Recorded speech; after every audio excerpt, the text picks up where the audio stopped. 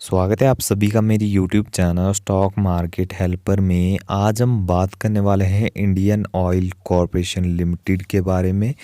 PSU यानी public sector undertaking, आसान भाषा में कहेंगे तो सरकारी कंपनी है। सरकार का इस पर बहुत ज़्यादा कंट्रोल रहता है। सेंट्रल गवर्नमेंट इसे जो है वो कंट्रोल करती है। यानी देखा जाए तो कंपनी सरकारी है तो पैसा यहाँ पे नहीं डूब सकता, लेकिन इसका मतलब ये नहीं है कि ब्लाइंडली निवेश करना है। वीडियो को पूरा देखें, आपको सारी चीज़ें पता चल जाएगी। लॉन्ग टर्म के लिए क्या स्टॉक अच्छा है या स्टॉक से आपको दूर रहना चाहिए। इसके अलावा डिविडेंड से कैसे वेल्थ क्रिएट करता है इसके बारे में भी चर्चा करेंगे। लेकिन उससे पहले डिस्क्लेमर देना चाहूँगा, ये वीडियो सिर्फ नॉलेज पर्पज़ के लिए, कोई भी बाइंग या सेलिंग रिकमेंडेशन यहाँ पे बिल्कुल भी नहीं दी जाती। तो देखा जाए तो शुरुआत करेंगे हम 1 ईयर की परफॉर्मेंस से। तो आप देखोगे तो शेयर जो है वो लगातार गिरता जा रहा था। शुरुआत साल की शुरुआत से ही जो शेयर था वो गिरावट में हमें देखने को मिला। आप देखोगे तो बड़ी गिरावट थी और लगातार शेयर जो है वो नीचे के लेवल्स पे ट्रेड कर रहा था। लेकिन अभी जो है वो शेयर में थोड़ी तेज़ी हमें देखने को मिली है।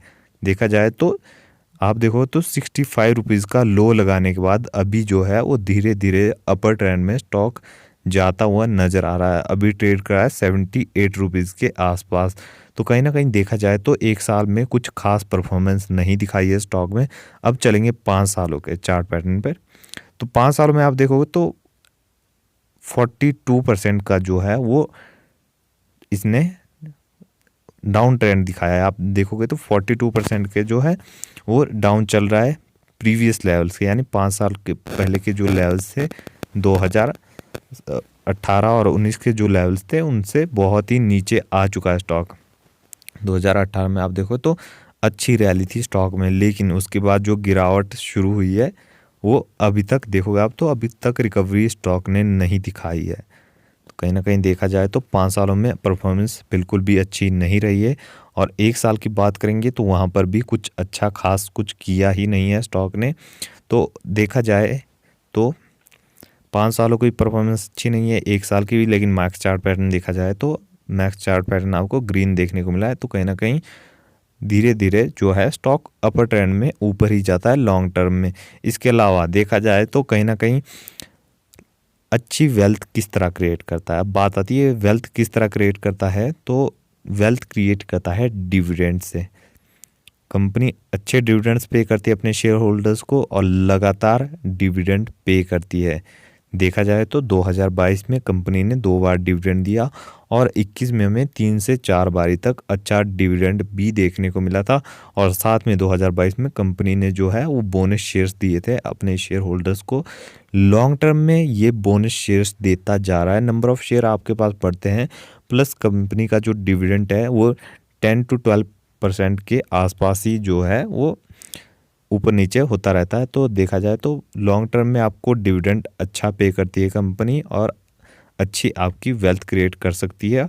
और अब आप देखोगे तो 51% की जो होल्डिंग्स है वो है प्रमोटर्स की और 2% हमारे म्यूचुअल फंड्स और अदर डोमेस्टिक इंस्टीट्यूशंस आप देखोगे तो 10% के आसपास है। 7% फॉरेन इन्वेस्टर और बाकी के 29% का जो स्टेक है वो हमें रिटेल इन्वेस्टर्स के पास देखने को मिला है। तो शेयर होल्डिंग पैटर्न बिल्कुल सही है और दिसंबर का ये हमें शेयर होल्डिंग पैटर्न देखने को मिला है। तो चलिए आगे बढ़ेंगे। मार्केट कैप देखो आप तो 1,10,000 करोड़ के आसपास की मार्केट कैप है। ब्लू चिप कंपनी है तो कहीं ना कहीं पैसे की सेफ्टी यहाँ पर देखने को मिलती है।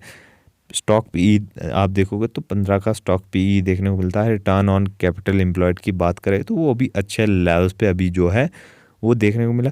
और बुक वैल्यू आप देखोगे तो 90 रुपये 20 पैसे की बुक वैल्यू, अपनी बुक वैल्यू से भी अभी स्टॉक जो है नीचे ट्रेड कर रहा है।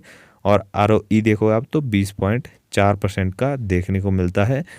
और डिविडेंड हील्ड यहाँ पे आप देखोगे तो 10% से ज़्यादा का कंपनी का डिविडेंड हील्ड है और फेस वैल्यू आपको 10 की देखने को मिलती है। तो यानी उम्मीद है कंपनी से इन फ्यूचर स्टॉक स्प्लिट भी कंपनी अपने शेयर होल्डर्स को दे। और रिलायंस इंडस्ट्री के बाद आप देखोगे सेकंड नंबर की पोजीशन जो है वो इंडियन ऑयल की हमें देखने को मिलती है। तो देखा जाए तो कंपनी कहीं ना कहीं हमें काफ़ी मजबूत देखने को मिलती है। आगे बढ़ेंगे।